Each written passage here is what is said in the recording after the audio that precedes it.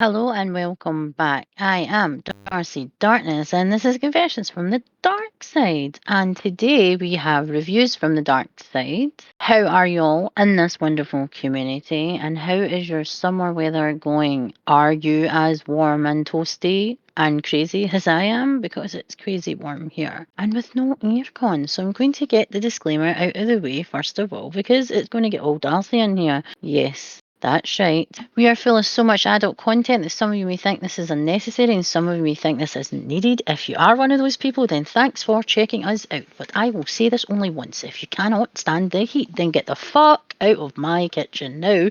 For everyone else who likes what we have here, then regular scheduled programming will continue. Shall we get started? And are we ready? So, that's right. Confessions from the Dark Side presents reviews from the Dark Side. So much new content and new subjects, topics, etc. for 2024. And today we are going to be reviewing, breaking down, and discussing the First Omen. Yes, finally. Yes, finally. What did we really think? And did we enjoy it? Grab yourself a drink, a snack. Let's get comfy to hear what we thought of this movie. Let me take you on a dark, magical mystery tour of where the Omen started and how we are forever changed from the original franchise. This starts off before Damian and answers some of the questions that we've been asking for decades on the origins and the reason why Damian is here and why he is so important to this story and everyone else involved. Let's press on. Let's find out all the fuss is about, if any. Join me, Darcy Darkness. Are you sitting comfortably? The First Omen? Let's get started.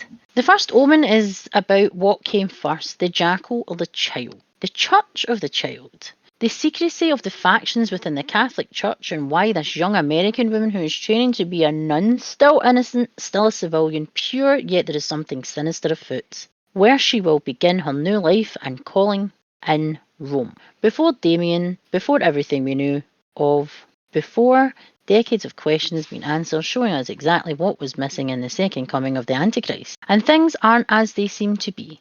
Conspiracy lies in the deepest, darkest secrets the Church and the Vatican have been hiding from not just you and me, but from everyone else. Who is in The First Omen? The cast, okay? So the main actress isn't really well known, it seems, compared to the supporting cast from amazing British stock, because you've got the likes of Bill Nye, not the science guy. Bill Nye, who we know from so many amazing movies, but the movies that I absolutely love him in is Underworld and also Shaun of the Dead.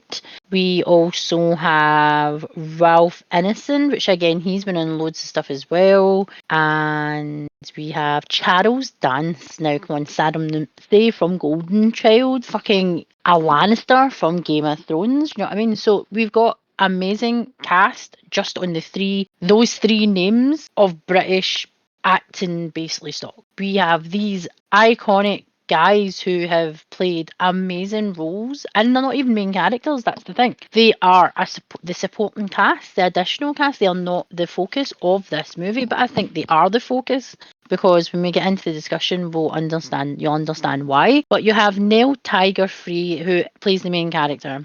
She plays Sister Margaret. She's not a full nun yet, she hasn't taken her vows yet, but the story is based around her journey from her past to the present, where our future will take her, and the fact there's a conspiracy around actually herself that she isn't even aware of. So there's an even bigger picture.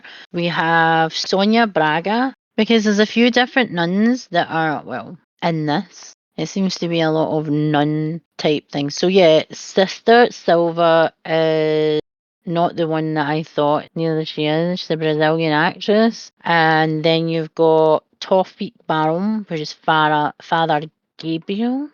He plays the young priest, like an old priest, a young priest, very exorcist like there. Maria Caballero plays Luz. She actually is a nun in training, but she's one of those nuns that knows a good time, if you know what I mean. She knows that she's going to be one of God's disciples, basically, followers or whatever, but she still has a good time before she actually becomes a nun and basically marries God, as she puts it. God is a polygamist in this, since he marries all the nuns, so when you think about it, what the fuck? Again, like I said, Charles Dance plays Father Harris. Again, he's a small role, but he's a small role and the impact he has as an actor and the way he brings his character to life on screen.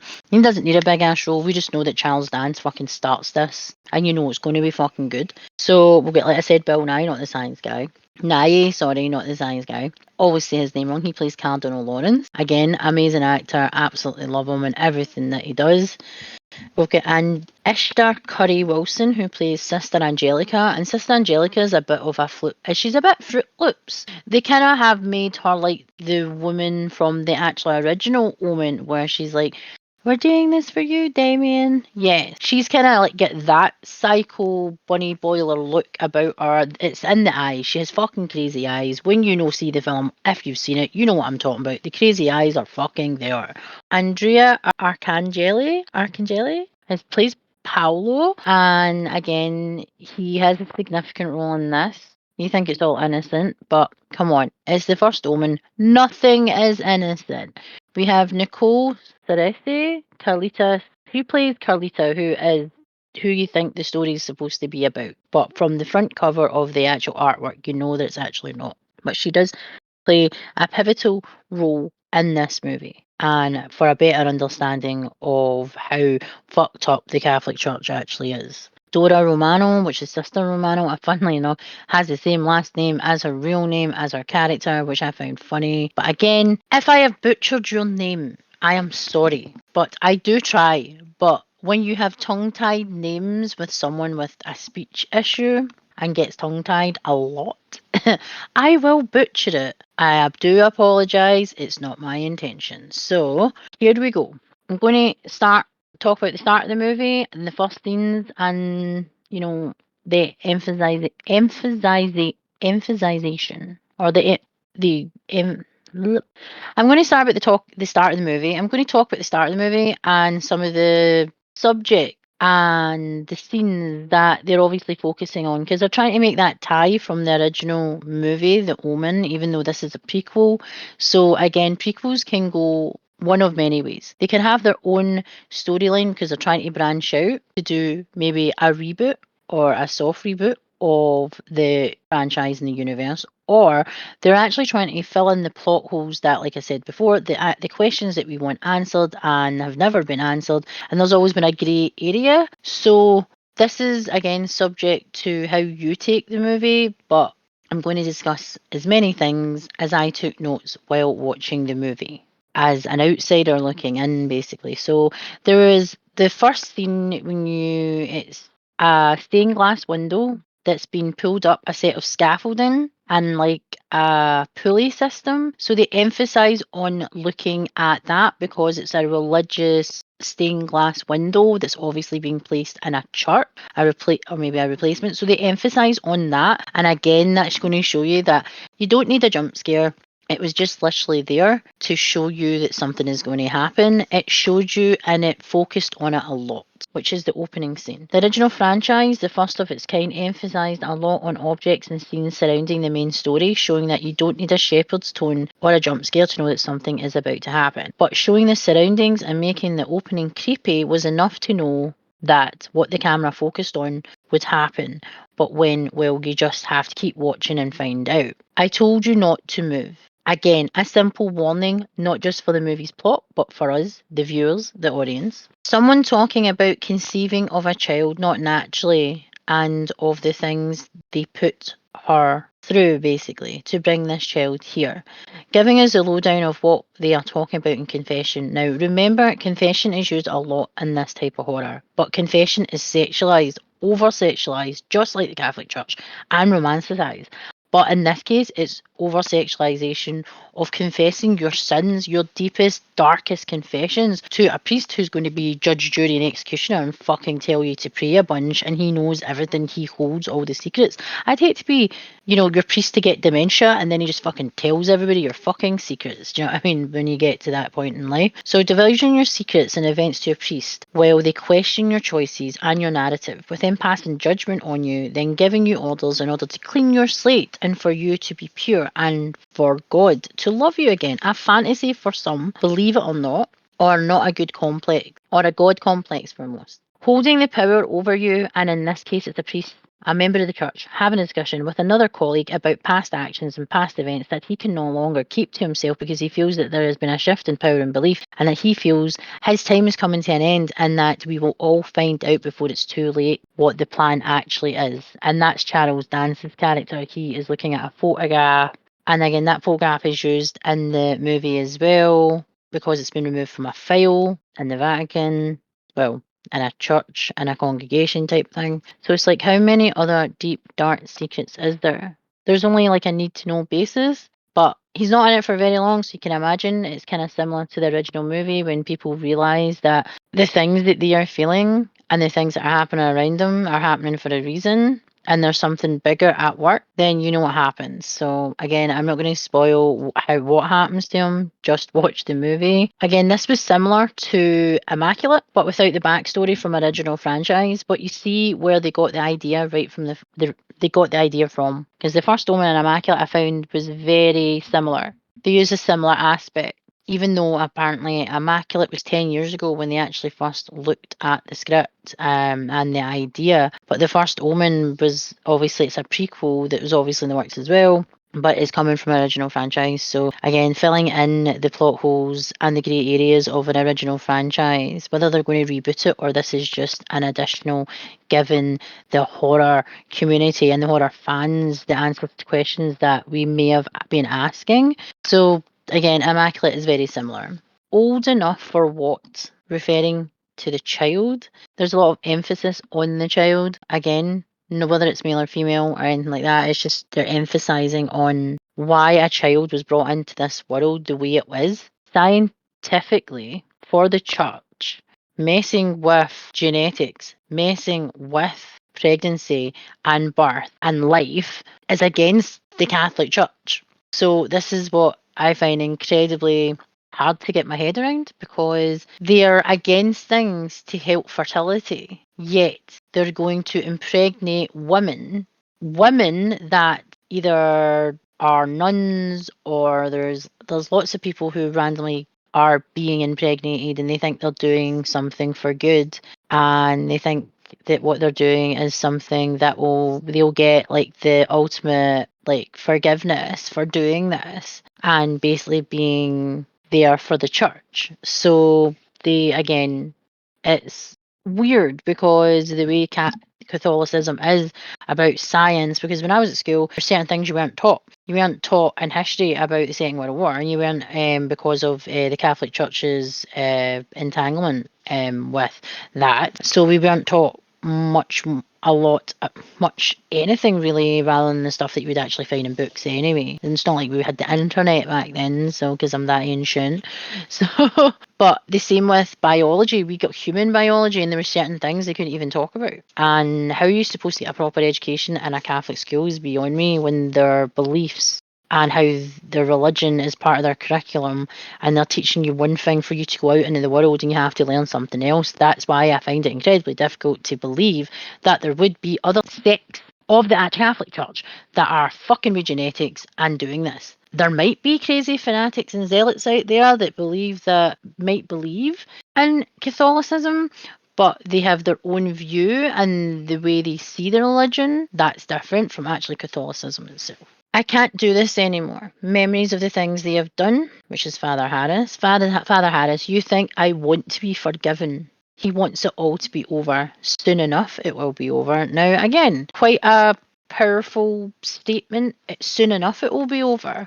Why? Have they accomplished everything they're supposed to do, or is he waiting for the other shoe to fucking drop, and for people to realise that we're not in Kansas anymore and something is seriously fucking wrong? Is he waiting for someone to say, hold on, what the fuck's going on? No. I don't know what he thinks by confessing his sins to this guy, this other priest, his colleague, when the colleague doesn't know, probably, because again, it's another faction, another sect of that religion, cult, whatever you want to fucking call it. Because technically the sect and the different factions they're offshoots of Catholicism. They're not actually part of Catholicism. They're going their own way. They're using Catholicism as their backbone, but then they're adapting it like a good cult leader will do. What happens is slow motion glass from the stained glass window with a scaffolding pole, and again the glass from the stained glass window just literally falls. Hans turns around and he smiles and he has blood on his teeth. He doesn't look like he's the full shilling anymore. He's just smiling like a crazy person. And he's got one of those faces that, when he smiles, it's like, oh, fuck.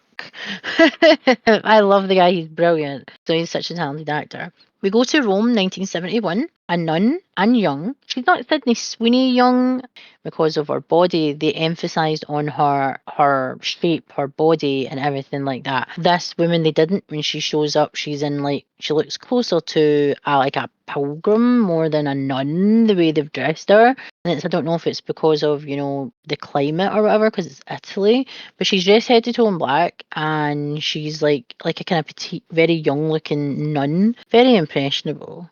Sydney Sweeney had some sort of sass about her. You knew that something was not all pure about her. But this girl is so innocent that well, I know for certain that the completely pure ones are the most deviant. Sorry if you don't feel that way, but the more pure and innocent they look, the more deviant you are, technically, when you think about it. You lower your inhibitions, that's sure. A nicer interaction this time with a priest rather than what happened in Immaculate, where they weren't very nice to her for not speaking Italian, but she can speak Italian and Latin. So there's Bill Nye's character and Charles Dance's so far. So it's like a flood over here, mate, having all these amazing actors. And I say it like that, and everybody thinks I'm being really crude. I'm not. I'm a really good actor, and someone who's really, really good at what they do is, like I said, it's like Pam from Archer. It's just, the meme. I am not saying it because it's inappropriate, and that is me. Destined for great things, apparently. And again, Bill Nye, who plays the Cardinal, has actually got a relationship with Margaret. He's known her since she's been a baby, apparently, which shows to show something is creepy about that. So she's going to work at an orphanage as well. I'd like to point that out. So things happening with children, young mothers, unmarried, pregnant mothers, even in the 70s, were subjected to a lot of hate for not having babies in wedlock, whether you are Catholic or not. That's why there's a lot of unhappy marriages in the 70s for people who were having premarital sex and having fun. When she gets to Rome, she is basically being brought into obviously where she's going to be working, where she'll take her vows. And at this point in time, there's lots of people. They trying to set the scene that everything in the world is changing. This new world is appearing. People are wanting more rights for working, their wages, their conditions, rejection of authority, rejection of the church. So they're saying that there's something happening in the world right now, in Rome especially, and something is coming, and something apparently is going to make it better. Again, people protest about anything. A lot of the time, in whatever country you live in, you can protest, you can fight for what you believe in, and you can voice your opinions. But apparently in Rome, they don't like that in 1971. So this is the kind of thing they're saying. They're trying to bring in younger nuns, younger people to do with the church, so they can bring in the younger generation and keep bringing in people, so they can, continuously to extort their followers, because they do. As the Catholic Church, they're always asking for fucking money. The young nun is obviously there for a reason. Like I said, they've made it that they're bringing in young people to encourage more young people to attend church. There's a young girl under the bed in the orphanage, and she's kept away from everybody else because apparently she's violent. She bites, she scratches, she attacks. When you go into her room's fucked up. She's trying to get out, and she scratched the walls and things. She draws a lot of pictures, especially of things that apparently haven't happened yet, and she's quite morbid. She's quite rabid as well, but would you not be when they fucking lock you away all the fucking time? Do you know what I mean? From everybody else, and you can't have a normal fucking childhood.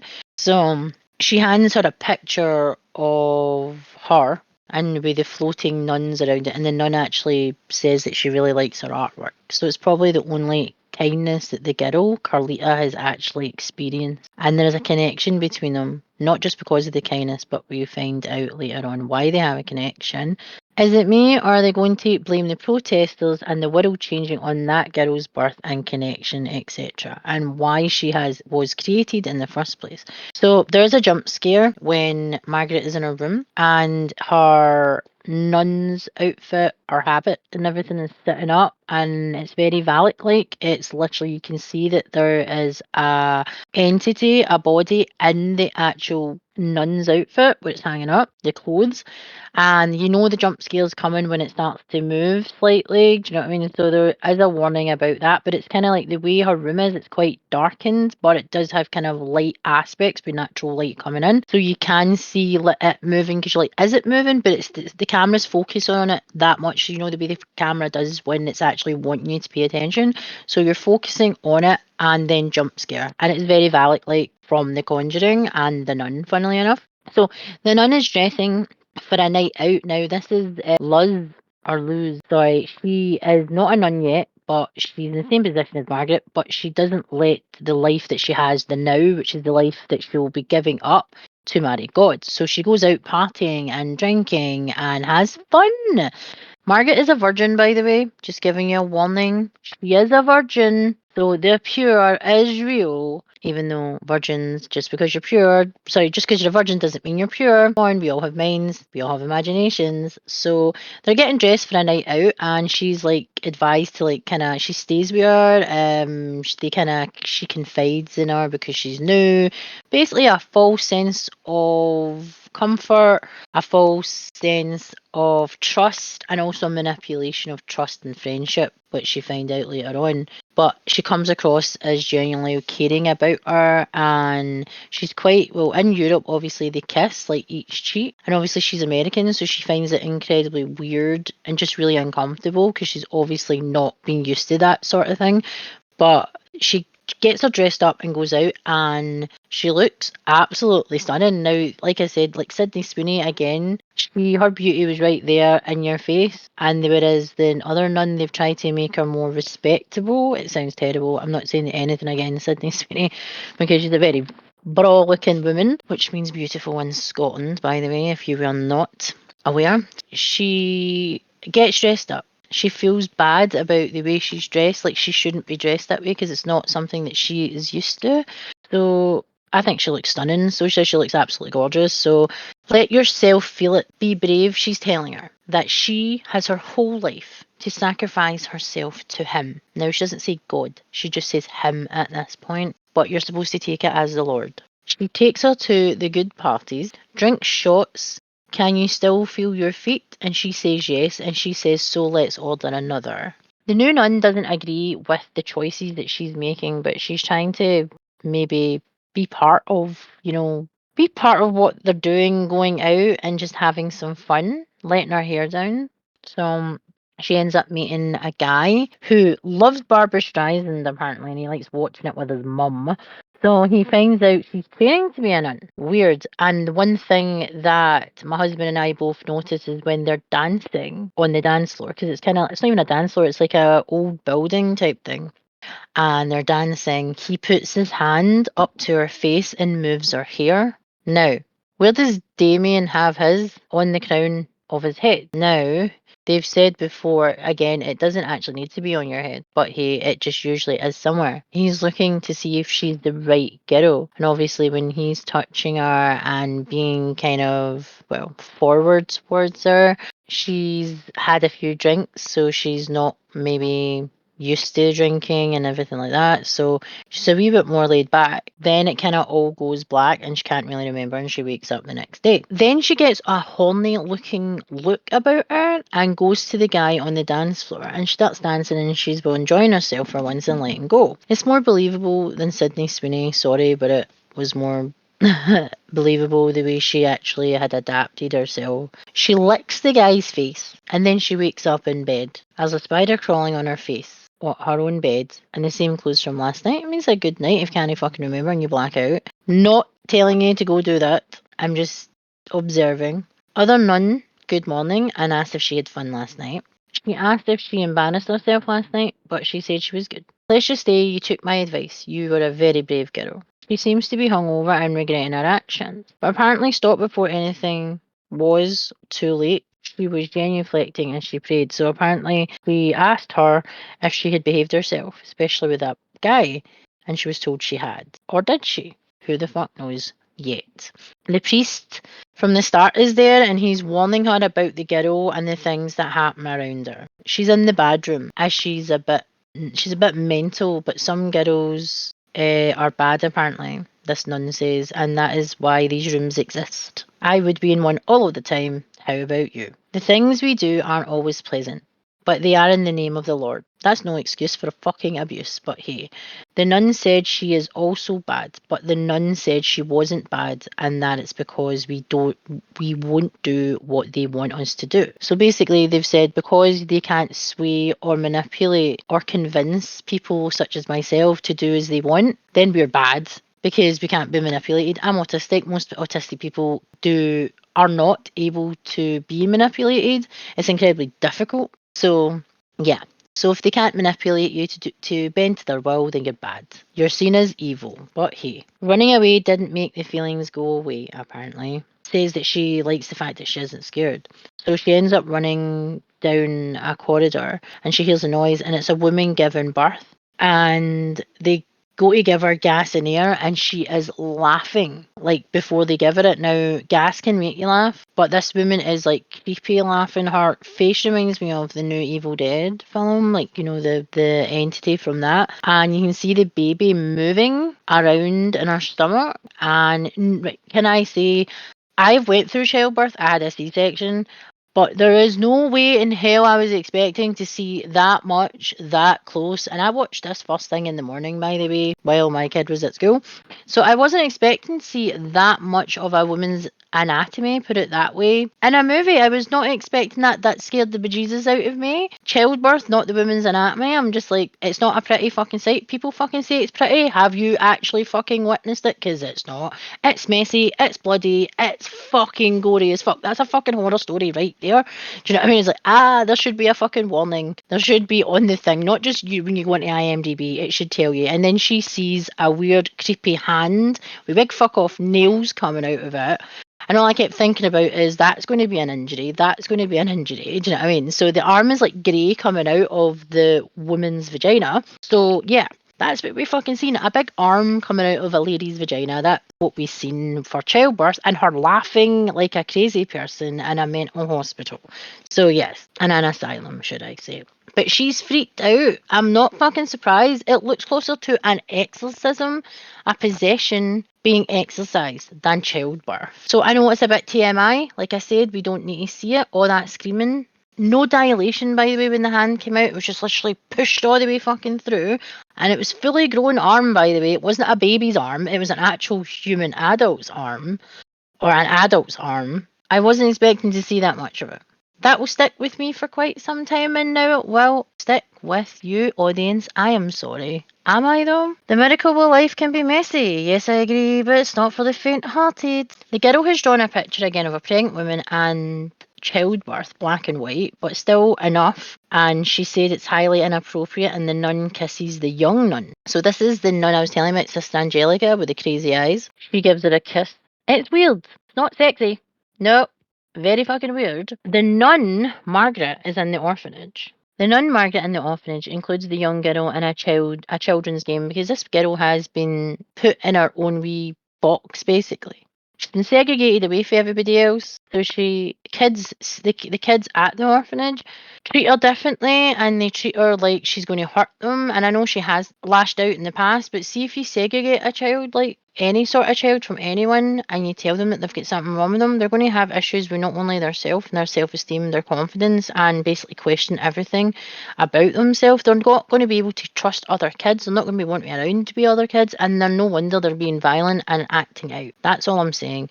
What they're doing is a form of abuse, no matter what the hell she's there for. It's still a form of abuse. It's absolutely fucking disgraceful. And she sees that as a disgrace, and she sees that as being wrong. Well, at this point, then Margaret looks up and she's with Carlita, and they've kind of reenacted a similar scene from the original movie with Damian. As I said before, it's the nanny, which goes, "We do this all for you, Damian." And then she puts the rope around her neck, and then she, like, you know, takes herself out through a window, big massive window, in front of kids that Damian birthday party. Well, this wasn't a birthday party. This was just at the orphanage. She douses herself in liquid, which again, you're not aware that it's obviously an accelerant. And then she sets herself on fire, so she becomes a human torch. Yeah, in front of all the children and everybody there. So, PTSD? Yep. Do they do anything about it? No. They just act like, oh, right, okay. Didn't see that happening. Let's move on. It was very dramatic because they left her hanging there and swaying again, similar to the original movie. She's been given an address, Margaret, and she doesn't know why she's going there, and she doesn't know why she has to be there. The priest said something happened, and this is the guy, Ralph Ineson. He, again, was in the start of the movie, and they're talking about basically all the things that have happened and the events that are going to trigger something and how it's a bigger picture. So he's trying to not act like a tin hat priest, but he just comes off as a tin hat priest. The photo with the nuns and a priest, there are. So there's a baby being held by a nun, and it's a nun from the orphanage. And there's a priest and I think the cardinal behind him before he was a cardinal, I'm sure. There are two churches. There's the Catholic Church, and then another in the name of a supreme being that turn a blind eye and a culture that's unspoken, but it's powerful and has been in power for over 1,000 years. So 1,000 years they have been trying to do something. Can you imagine what? This is the prequel for the Omen, so if you believe they could birth the Antichrist and control it, okay then. And if no one believes it exists, who will stand in the way to stop it? Now that's actually pretty convincing, making it a secret that only a certain amount of people know, and if you're not part of that faction of the church that's in the church, got one foot in the Catholic Church and the other foot into the birth of the Antichrist and the evolution of the world and the Antichrist's vision and name. So they're playing both sides basically. The girl is to be the mother of the Antichrist, the priest thinks, or that's what he's believed to think. She was 666, the 6th day, the 6th month, and 6 minutes past the hour, and he needs to know about her birth to see if actually it matches up with everything that he was told by Father Harris. And obviously he can't, because he's not part of that parish and he doesn't know who you can trust, obviously. So if you asked about these things, then you might have actually been like, either taken out or taken to another parish, or literally you've retired, or inevitable literally taken the fuck out and no one sees you again type of thing, or the universe takes you out because you're getting too close to the truth. The young priest is being weird about helping Margaret. She asks him a question and he doesn't really know. And at this point, we don't know that he's actually tried to be recruited by Father Brennan, who's played by Ralph Innes. So he obviously is a wee bit wary about finding this information because she wouldn't be able to find it out because it's in different parts of the church, obviously, and she works in the orphanage. So this again, has many similarities to Immaculate. Like, so seriously familiar that I literally keep going in and out when I'm talking about them. Margaret is on a field trip and she's taking the girl to a quieter spot to ask her some questions and just to talk to her. She asks if anybody's hurt her, upset her, and she can trust her to tell her because she believes obviously in the girl and she wants the best things to happen for her because she believes that the church and the orphanage aren't doing what they should for the girl and supporting her. So she gets bad feelings and she sees things and she can't tell if they're real or not. And now Margaret gets this as well. She saw the hand coming out the lady's vagina during childbirth. So she sees a lot of things too. I want to know what drugs she's fucking taking because I don't want to take them. Definitely not. The nun again, she admitted again to having horrible visions and she's convinced herself that they were tricked by her brain and that she was unhappy and that being a nun was going to stop those visions, ha ha ha, and make her happy. Again, who the fuck writes that shit and who the fuck would believe that shit in the first place? The gullible? There's a vision where the crazy-eyed nun is consoling Carlita after she's run away from Margaret and she sees it and then a riot breaks out, like a warning. But she's like creepy looking as fuck because again, she just took herself out by making herself a human torch. Has the nun been brought out as has a connection to the girl, or are they one and the same? You never know. The nun and the girl are caught up in the riot and she has been mass abused by the hands all over her body. When I say she's abused by this sort of the 21st century description of unwanted touch, etc., would be technically a form of abuse. She's in the riot and the protesters are grabbing onto her body, and it's not just like grabs, it's like proper grabbing. So it would be unwanted for most women and unwanted by a nun, I'm assuming, as well. And she's also Carlita's with her as well, so she's trying to protect her as well. And again, the creepy hand comes out as well and cops the feel as well. So the one that she'd seen when the woman was going through labour comes out and gives her a wee feel up at the same time. So Margaret the nun has been told they are concerned about the attachment to Kalita and her. And they've brought up her past and trying to say she is sick with her visions. So again, they're using manipulation, saying that she shouldn't be taking her vows because of this, because obviously something is wrong and Carlita is amplifying it. Again, do you believe them? No. She meets the guy from the nightclub and he says, "Stop following me."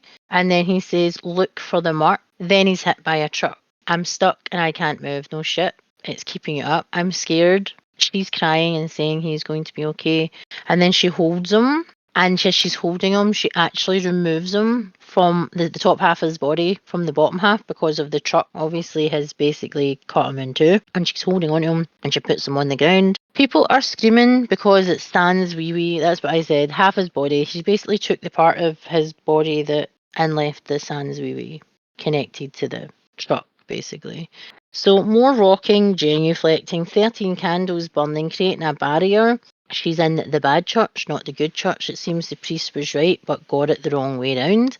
That is, the church is bad. It's not the people that technically that are part of this conspiracy, because some of the people actually don't know they're part of it, which is another greater manipulation. The picture of her rocking and praying is actually 13 candles around her at the top and then at the bottom, and then two lights. If you see the artwork, and it's basically the jackal's face that they always talk about in the Omen, when, Damian's father actually goes to search about the mother and all that carry on. Marrying the Lord, like I said, polygamy, and a wedding dress type of thing at the Cardinal's feet, touching hand, undressing it as it was in lace gloves. So the lose, sorry, is basically taking our vows, but the way they dress her, it's very constricted. You can see that the nuns are like, "You've done your job," and they're like proper, like, it's like a corset action where they're like tying it tighter and tighter and tighter.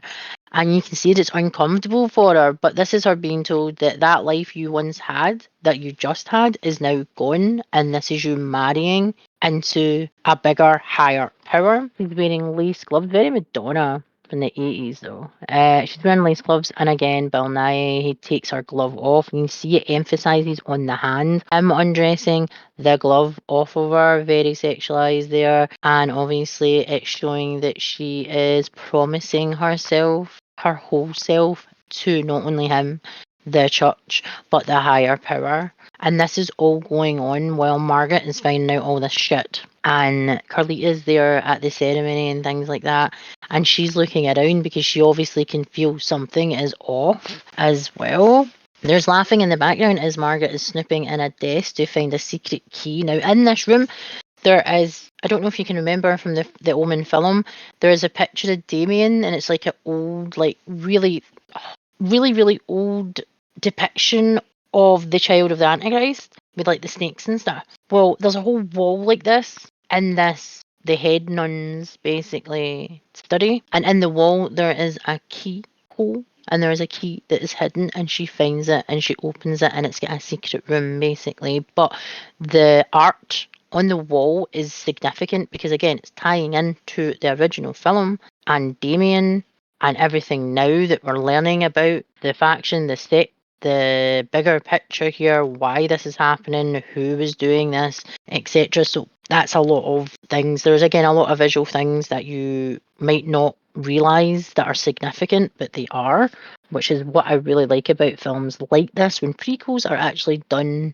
They follow an actual plan and a structure, unlike some prequels that literally want to change the fucking story so they can reboot something. Again, the nun is being dressed, like I said, watched by men in the cult, sorry, church. Again, a fetish, for fuck's sake. It's a reminder of how much you are owned by the Lord and not yourself. Maybe that's your thing, but come on. So Margaret is under the ground, there's a filing cabinet, it's the little girl's wedding, and they say why they say to keep her away from the other kids. Because some of the kids are actually not part of this, they're actually part of an orphanage. Or obviously, mothers who are unmarried or mothers who didn't want to have their babies or bring up their children, they take them to an orphanage, or they've died during childbirth or whatever, they go to an orphanage. Again, the children that are created by this faction are usually kept away from other children because they are different, because they've been created and bred basically for the bigger purpose, the bigger picture. So making them antisocial, basically.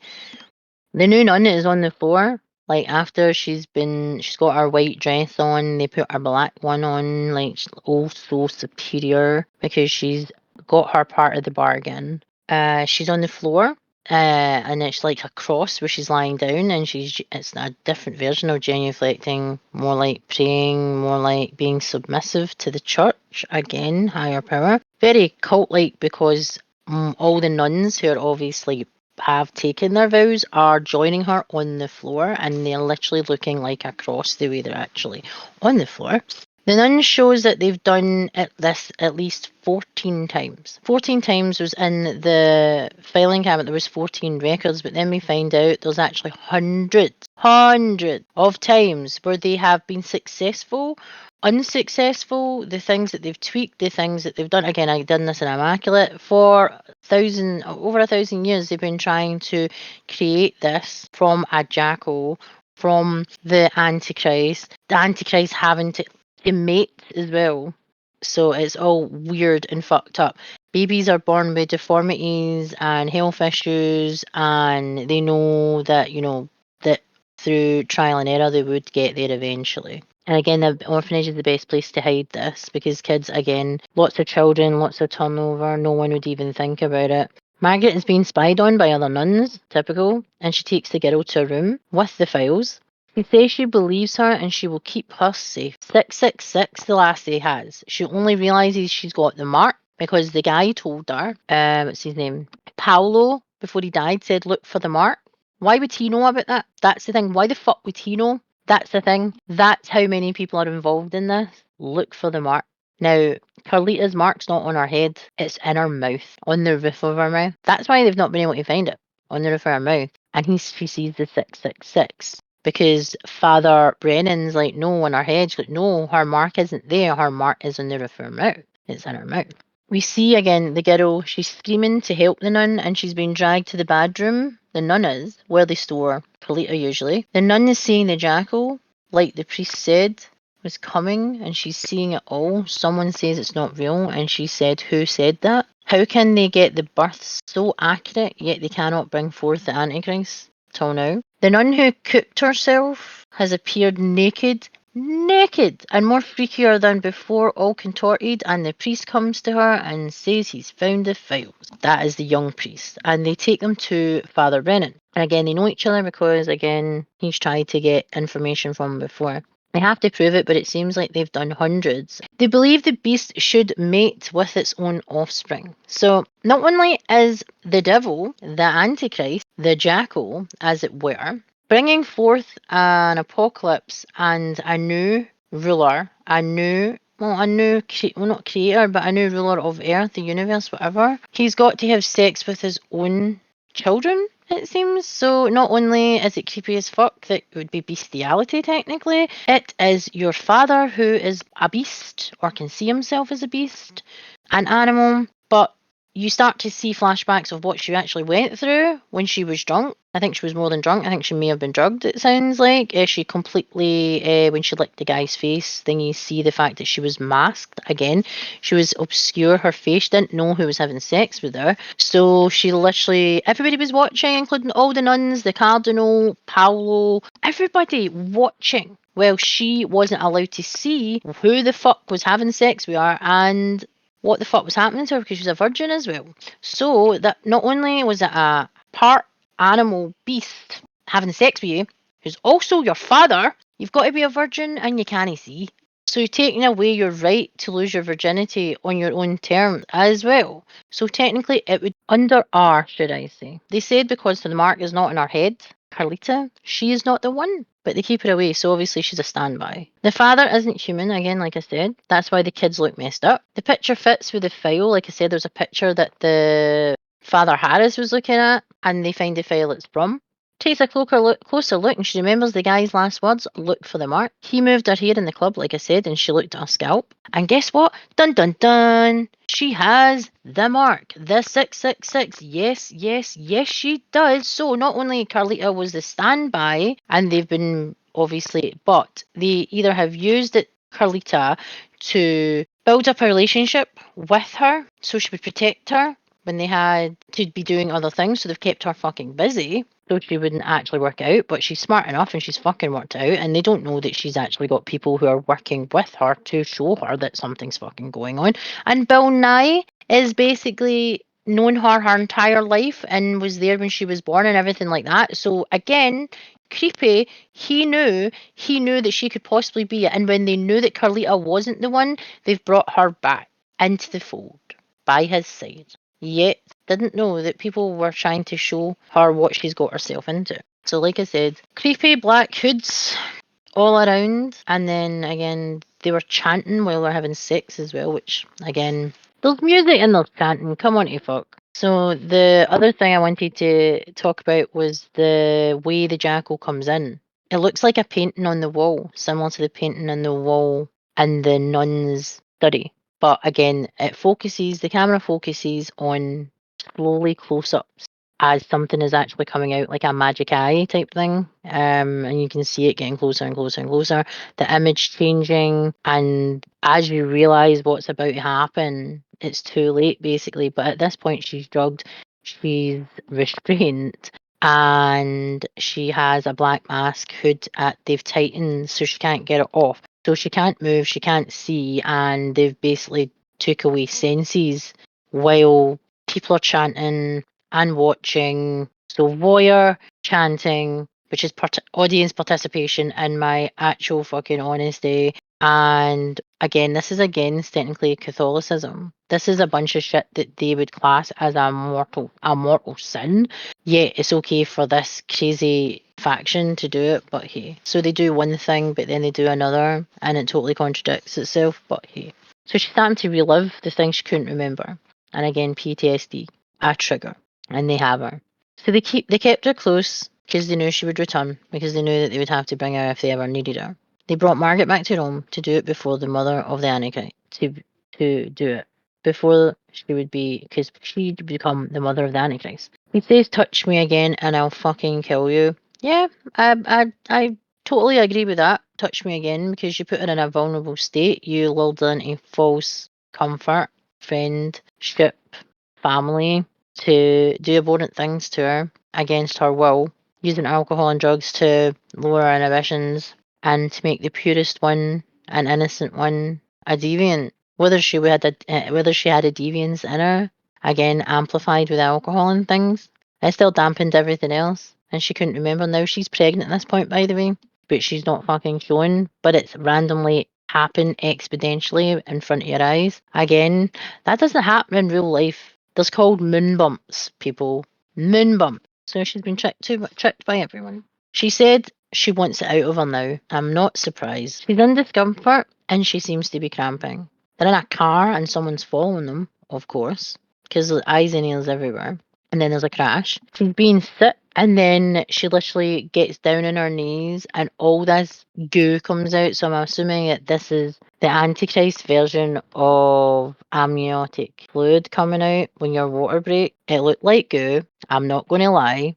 So like I said, she's being sick, and then there's this goo coming out of her, and this is I don't know how long her gestation is, because she's going into labour right now, and she only had sex with her father / jackal father, Aunt Devil, a couple of nights before that. Even if it was a couple of weeks, it's basically still not going to happen that quickly. She's technically part human, obviously, because the mother would be human, I'm assuming, unless Actually, no, the mother would still have. Yeah, that's confusing, actually. The mother is always created through a child that is part of this, but they would still have to start off as human.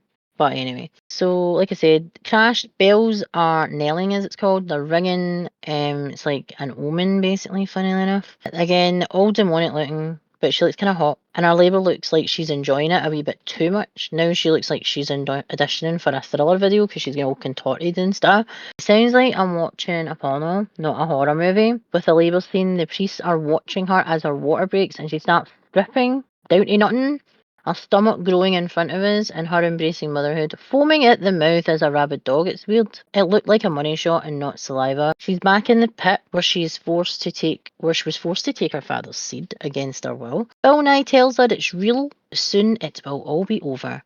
I don't have to be afraid. I won't let anything bad happen to you. And he's been watching over her since she was a little girl. Not creepy at all that a priest, sorry, cardinal would say that to you. And she was the bravest girl he's ever known. Yes, because you've been putting people through this for over 1,000 years, you sick fuck. The baby will bring people back to us, all because of her. Your whole life you have been waiting for his voice. He was always there, with you. He brought you here. He chose you. Creepy as fuck. From anyone but a priest. Come on. She is smiling. He says, you are ready now. And know that I love you and that I will always be here. Will you though, you creepy bastard? So the baby managed to stay hidden, and that all this pain to be here and getting her up the stick makes her feel safe and take everything from her and then destroy her. And she's not watertight no more. Watertight, I mean, she's not a virgin anymore. So even if she wasn't a nun and she literally went into the world, she literally has been through traumatic events. She probably never wants to have fucking sex again.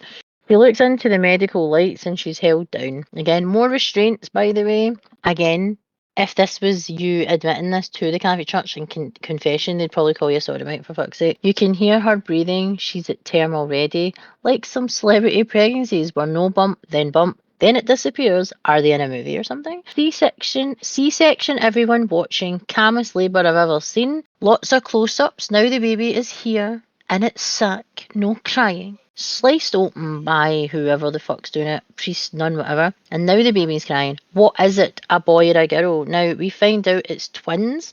The infamous music is playing. And Margaret can hear the baby. They stitch her up. And her eyes are all like bloodshot and like the blood vessels in them have popped. She wants to hold the baby and says, I'm his mother. That is important for the mother to bond with their child. Now, they only hand over the boy, not the other baby, because they're not interested in the other baby, because obviously the other baby is a girl, and their big fucking conspiracy and their lore is the fact that it's a boy, not a girl, of course. I don't realise that most women are actually more brutal than men, but hey.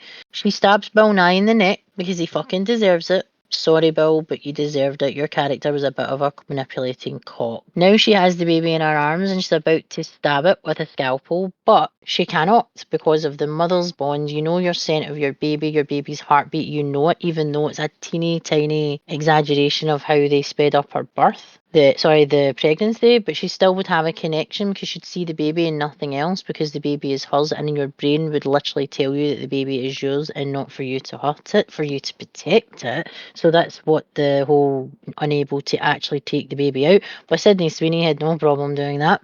There's a tussle and they run and her pal stabs her. You know, Luz stabs her because she's a bit of a bitch and you hope you die in a fire. Fire ripping through the place because they said let everything burn. Because the girl's seen too much, she knows too much. So what are they doing? Tying up fucking loose ends. Yes, but again, don't take into account what actually would birthing the Antichrist actually do to the mother's body, even though the baby has been born. You don't know if it's kind of similar to the whole originals thing where, again, she was turned and then the baby saved her. You never know if that still could have happened. They've never really spoke about that. They've never really gave an inclination that the baby may have saved her or what the baby was, even though they are born now and they're not inside them growing, that wouldn't have done something to her own body, because technically she is one of his children as well, so she's not technically 100% human. So we don't actually know when she was stabbed and left for dead if she actually would have died from that injury. So again, there's that big plot hole there that they still don't go into. So she was stabbed, the music is playing, and yet she's been stabbed. When she's been stabbed, she hears her other baby crying. It's a wee girl. They abandoned her, and the baby girl took the boy, because he's the Antichrist, and left the baby and her to die. And Carlita helps bring them both to safety. She sees the jackal on fire. Is this a sign? Is this a sign that the jackal is no more because the jackal has been reborn? Who knows? Her first time wasn't consensual and was with her father. So that is wrong in so many levels. And he was a part animal, which is even worse. The boy becomes Damian. 666. The story plot hole. He was a twin. His mother was a nun. They chose to kill a rich man's baby to replace him with Damian, because he would have the privilege and wealth and he'll be able to bring forth the apocalypse. So they were thinking about his future, giving him the best start out, should you say. Margaret, Carlita, and the baby girl are all together. They can protect each other. The priest, Father Brennan, shows up and says, "I'm so sorry, Margaret. I tried to just leave you be. You need to be warned. I warn you. They have to die." I just wanted to be left alone. Now, she's actually staying in the middle of fucking nowhere, so she's actually staying with Carlita herself and the baby girl. So it's like 3, it's trifecta, 666. It's like mother of the Antichrist, and the baby technically that would be technically part of that as well, and also another child that was born to be her place, but she wasn't. So they've got, again, that's another significance that they were born the 6th month, the 6th day, and the 6th minute, every single one of them. 666. So there's that too. They will come for you. That's a friendly warning. Turns and says they've given their son a name. His name's Damian, and she's holding the gun at him. And then it ends. So, what did you think of the First Omen? Did I enjoy it? Well, my husband said he thought Immaculate was better. I actually preferred the First Omen. Predictable, but I liked the fact that it filled in some plot holes and opened some new ones. And again, would I like them to reboot the universe? No. Will they? Maybe. Who knows? Would I recommend this movie to others? Yes, especially people who have been wanting answers to questions from the original movie answered in some sort of way. Then yes. What is my rating for the First Omen out of 5? I'm going to give it, I think, a 3.5. No, 4, because of the way they've answered a lot of questions for me personally, but they've also created new ones. So I'm going to give it 4 out of 5. Not only have they got a really good supporting cast, but the actress who plays the nun isn't a very big actress, and she played that Nail Tiger Free was very, very good. She was an amazing actress. She was so good in her role, very, very believable, and you can tell that she obviously, I can't wait to see what, again, I say this about many actors that I've never really seen their work, or they haven't been in much. I really can't wait to see what other movies that she will be in and see her grow on screen. Did you enjoy The First Omen? Let us know in the comments below. And would I recommend The First Omen? Yes, yes, yes, yes, yes, I would. So, it's my personal opinion, because I love The Omen. It's one of my favourite kind of Antichrist type movie. Basically, I think everybody says The Omen, but it's for different reasons. I like the story, I like the feeling as well. I also really, really like the images and the music and everything that ties in together. And for the 70s, again, the movies like that were still seen as like obscure. They weren't banned. They didn't have the need to be banned. But again, if they were out before then, they probably would be, because again, it's anything to do with the Catholic Church, and they do not want anybody to think badly of the Catholic Church. How dare you? So yes, I would recommend this movie, and I'd probably enjoy watching that, then watching The Omen afterwards to see, if it opened up other things, which I might actually do, maybe do another podcast on that, of watching The First Omen and then The Omen. Let me know in the comments below. Would you like me to do something like that, where I watch The First Omen and then watch The Omen and then fill in more plot holes and maybe ask more questions? Let me know in the comments below. I am Darcy Darkness. This is Confessions from the Dark Side, and this is Confessions from the Dark Side presents Reviews from the Dark Side. That was my review, my breakdown, and my discussion of The First Omen.